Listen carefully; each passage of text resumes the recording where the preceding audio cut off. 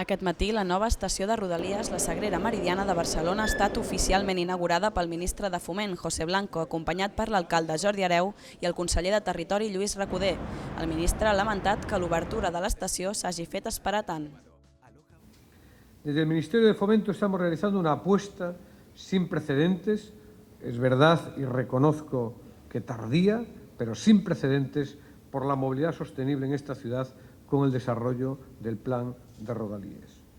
Un plan con el que evitaremos cada año verter al aire casi 350.000 toneladas de CO2.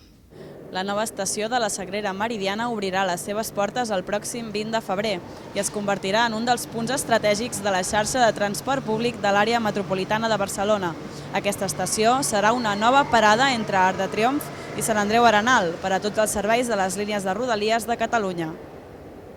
Amb una inversió superior a 34 milions d'euros s'ha creat una infraestructura que es convertirà en un pol estratègic per al present i el futur del transport públic de la capital catalana.